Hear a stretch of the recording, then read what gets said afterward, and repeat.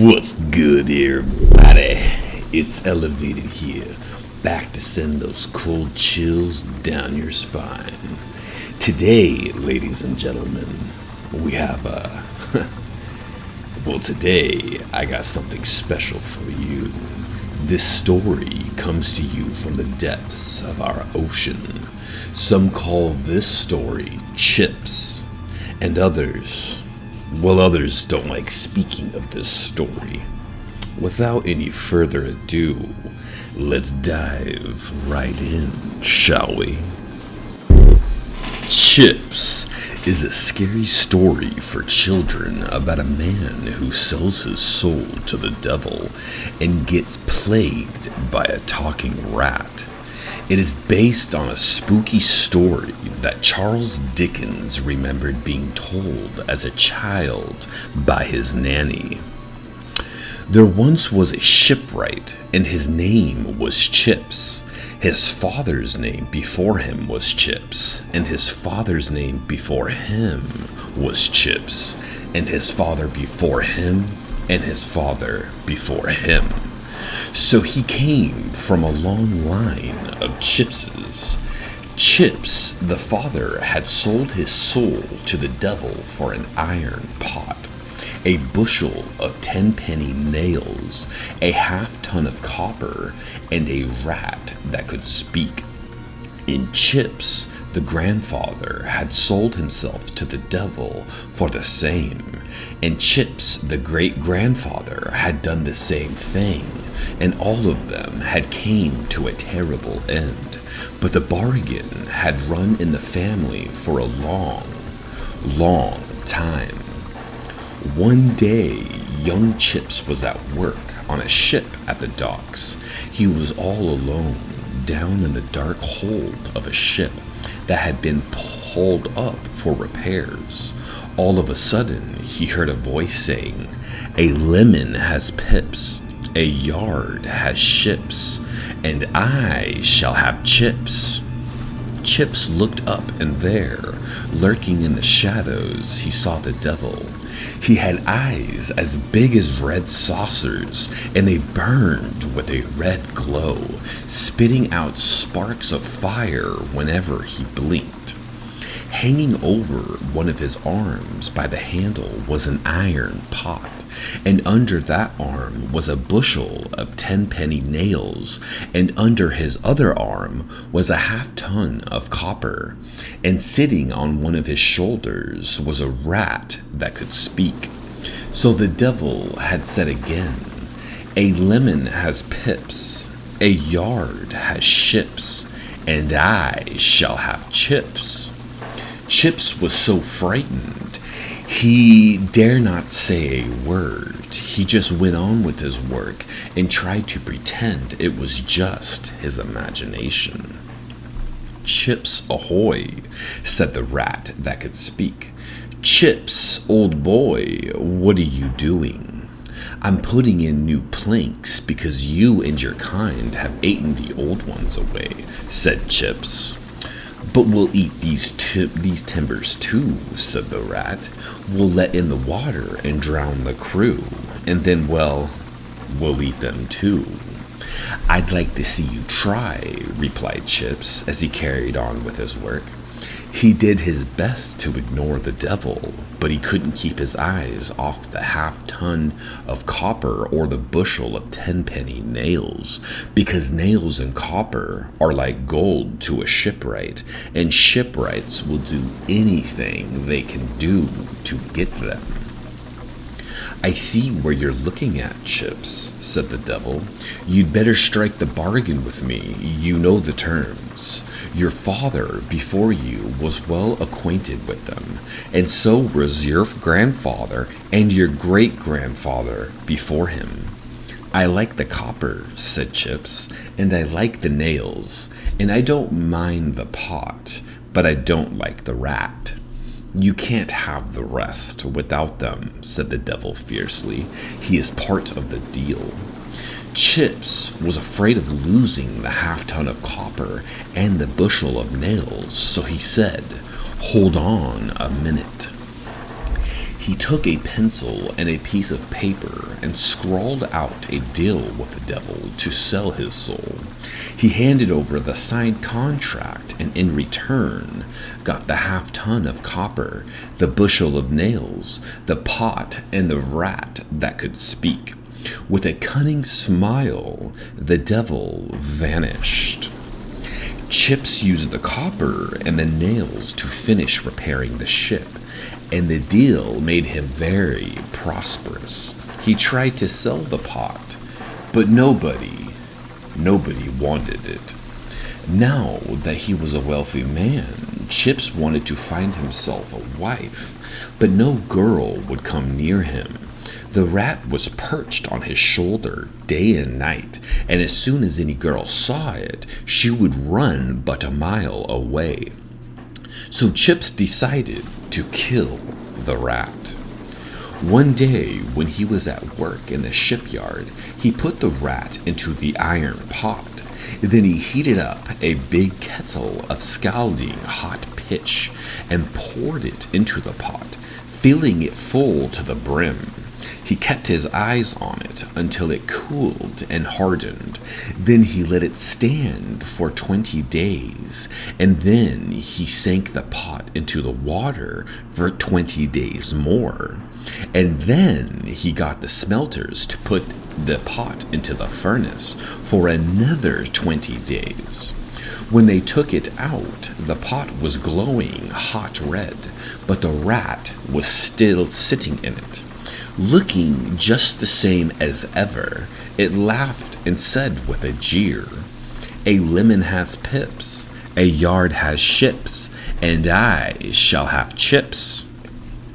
With that, it jumped out of the pot and scampered away. Chillz hoped that he had gotten rid of the rat for good, and after that, he met a lot of women, and every night he went out on a date. When he found one who was more beautiful than all of the others, he quickly and decisively asked her for her hand in marriage, and she, of course, accepted. But a terrible thing happened that day. When he put his hand in his pocket, he found a rat. In his hat, he found another, and in his other pocket, another, and in the sleeves of his coat. When he pulled it out to go meet his fiancée for dinner, he found 2 more. From that time on, he found himself plagued by rats. They climbed up his legs when he was at work, and sat on his tools when he tried to use them. They got into the house and into his bed and into his teapot and into his head. When he bought a box of chocolates for his fiancée, a big fat rat jumped out of it and scratched her face. When he put his arms around her and tried to comfort her, he found a bunch of rats clinging to her back. So the marriage was quickly called off and everything was canceled. The rats even ate the wedding invitations. You can imagine what a terrible effect of all this had on poor Chillz. His life was in ruins, and he fell into a dark pit of depression. He kept yelling and screaming at the rats to leave him alone. His boss in the shipyard thought he was mad and fired him, and he couldn't ever find another seaworthy job. Soon, Chillz was penniless, and the rats were still crawling all over him, day and night. Eventually, Chillz couldn't take it anymore. He was driven to the depths of despair by the rats, and was desperate to escape from them.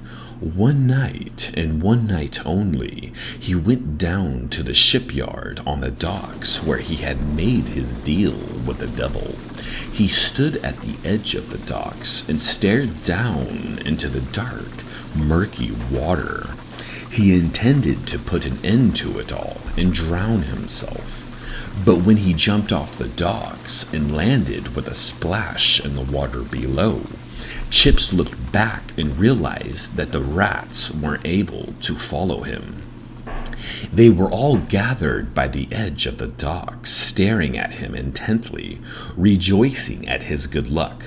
Chip swam as fast as he could and managed to grab onto a rope that was trailing behind a ship that he had just set sail. When the sailors pulled him on board, dripping wet, he realized it was the very same ship he had repaired in the scrapyard. He signed up to become a member of the crew. When the admiral learned that Chillz had been a shipwright, he set him to work immediately, doing any repairs that were then deemed necessary by the admiral.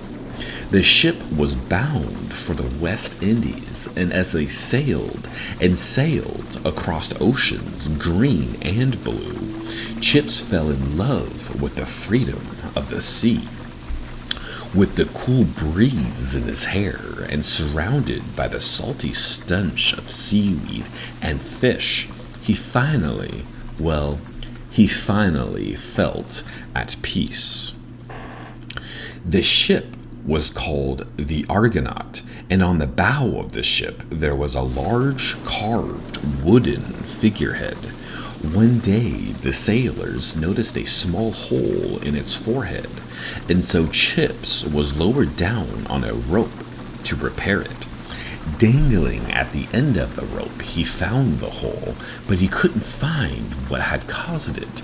Peering into the hole, he was shocked to see millions upon millions of red eyes and sharp white teeth, and he could hear the sounds of nibbling and gnawing. Suddenly, a large rat poked its head out and said, "Chips ahoy! Chips, old boy!" Chillz recoiled in horror. It was the rat that could speak. "We are eating these timbers through," said the rat. "We'll let it in the water and drown the crew, and then, only then, we shall eat them too." Chillz was filled with terror and dread. He climbed up on the rope and tried to tell the other sailors what he had seen, but nobody would believe him. They all thought he had gone crazy. Chillz demanded to speak to the admiral at once. When he entered the admiral's quarters, Chillz gave a big salute and said, "Sir, I must speak to you about the matters of the utmost urgency." "What is it?" asked the admiral. "We are sailing on a doomed ship, sir," said Chillz. "If we don't put to shore immediately, we are all going to die a water-filled death." The admiral looked up to him and down. "Young man, your words are a madman's words," he said. "Sir, the ship is infested with rats," said Chillz. "They are nibbling us away. There is dust and hollowness where solid oak ought to be. Those dreadful rats are turning us into a floating coffin. The life of every man on board is at stake." "My fellow poor soul, you clearly are insane," said the admiral, shaking his head in disappointment. Then he turned on the guards and barked, "Take this man below and lock him in the irons." So Chillz was dragged down to the hold of the ship, and the guards shackled his wrists and ankles and left him there. He lay in his cell for 6 whole days and nights. By day he would scream over and over, "We are all going to die," but nobody paid any attention to him. By night he would lie awake and listen to the rats nibbling and gnawing on the walls. Around midnight on the 7th night, a small hole appeared in the hull of the ship, and water began to leak in. Within minutes, there were holes all over the ship, and they kept getting bigger and bigger. A torrent of water rushed in, and nothing could stop it. The ship went down with every living soul on board. A few days later, the remains of Chip floated to a shore. The corpse had been partially devoured, and sitting on his chest was an enormous, overgrown rat that just kept laughing and laughing.